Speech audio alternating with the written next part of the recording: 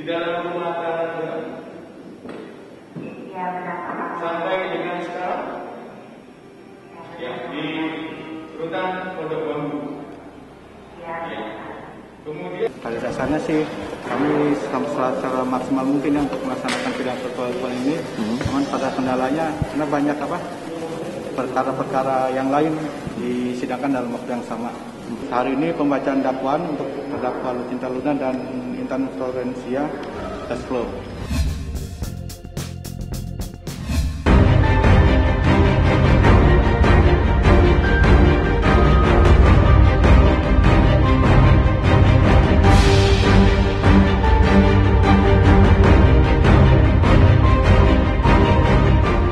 Tadi para terdakwa menerima surat dakwaan, tidak melakukan eksepsi, dan minggu depan dilakukan sidang lagi dengan acara pembuktian, pemeriksaan saksi-saksi.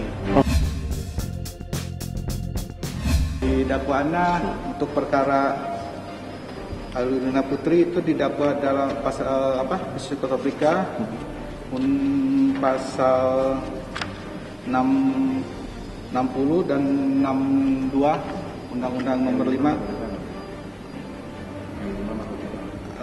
ya itu dulu Undang-Undang Nomor 5 tahun 97 tentang psikotropika dan narkotika, kepemilikan ekstasi dan penyalahgunaannya. Kalau ancamannya sih 4 tahun kalau yang buat kepemilikan.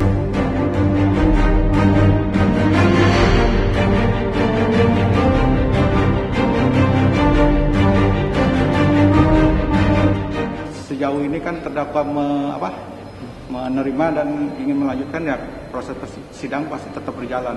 Kita kan sudah komunikasikan dengan terdakwa.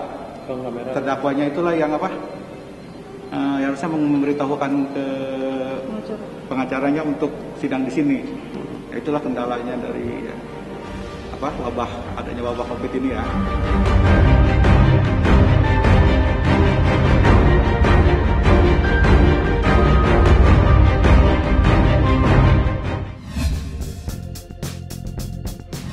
Banget Allah masih ngasih kepercayaan, masih ngasih amanah. Pertama kali hamil kan umurku masih 22, rasanya tuh masih enak aja gitu dan masih nikmatin lah karena pengalaman pertama. Sekarang kan udah 30 gitu kan, ya rasanya beda, agak lebih capek, agak lebih gampang teler, terus ya beda lah secara stamina di usia 22 sama di usia 30 itu udah beda banget.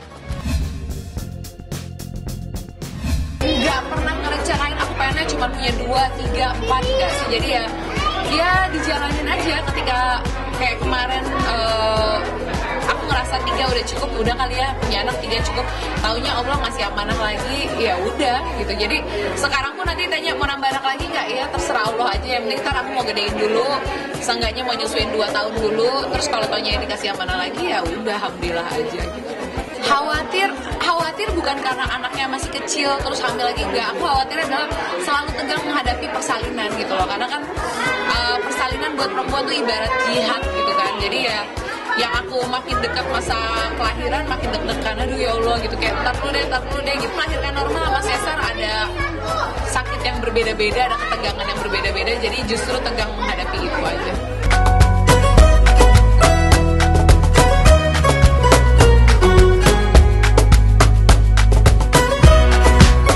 Dari keluarga besar, aku 7 bersaudara gitu. Jadi kalau untuk anak banyak, jujur keluarga aku memang bukan satu hal yang asing ya, karena memang udah banyak, keluarga kita juga banyak banget dan kita merasakan banyak manfaatnya ternyata gitu.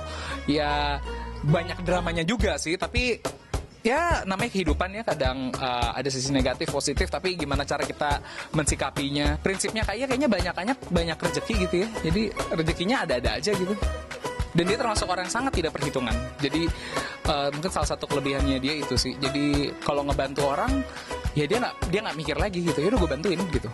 Itu sih. Aku melihat sosok orang tua aku ada di Saskia gitu. Jadi kadang-kadang dia memang sosok seorang adik gitu. Tapi kadang aku bisa melihat dia sebagai sosok seorang kakak atau bahkan seorang ibu juga.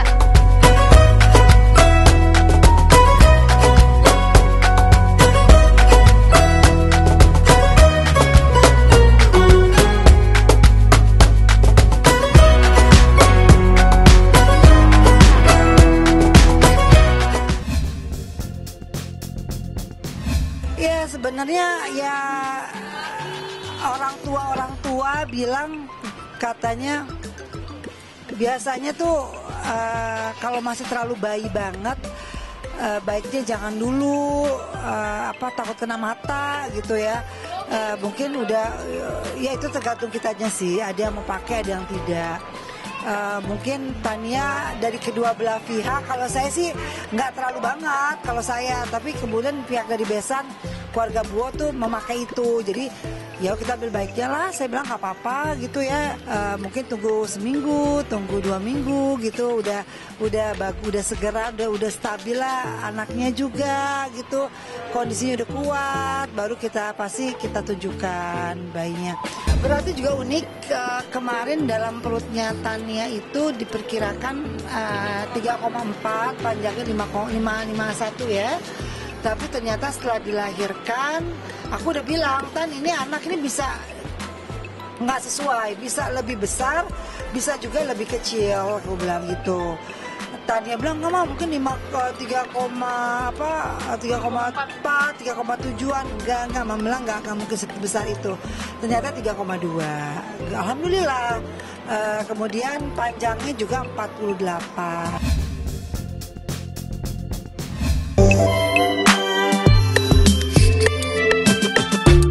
Tanggal 6 Juni aja, dokter udah oke 6 Juni. Saya tuh hati saya udah gitu, kok udah sering kontraksi kok masih nunggu 6 Juni.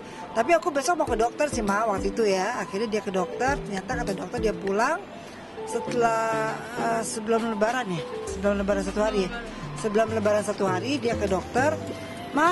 Ternyata kita nggak jadi tanggal 6. Baru dia cerita sama saya, aku kepengen banget sebetulnya tanggal 6 Juni. Kenapa? Itu hari kelahirannya Presiden Soekarno. Ya Allah, saya bilang nasionalis sekali anak mama. Gitu aja, oh begitu ceritanya. Akhirnya Tania sama Bu milih tanggal 30. Kenapa? Dia bilang katanya pas barengan sama 30. Tania kan nonton, Nela ulang tahun 30 Juni ya. Yang ini 30 Mei, beda 1 bulan gitu kan. Jadi bisa ulang tahun bareng lah, irit-irit gitu kan. Nah udah, beda sebulan lah. Kita kan kalau ulang tahun berkali-kali kan gitu kan. Jadi begitu. Ya udah bagus deh, ada ceritanya. Allah menentukan lain. Ternyata feeling orang tua lebih peka gitu. Ya udah, ternyata tanggal 26 jam 12 lahir seorang bayi, putri yang cantik, Masya Allah. Namanya siapa Naila?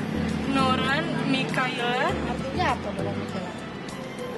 Dua Dua cahaya pemberian Tuhan. Nah, 2 cahaya pemberian Tuhan.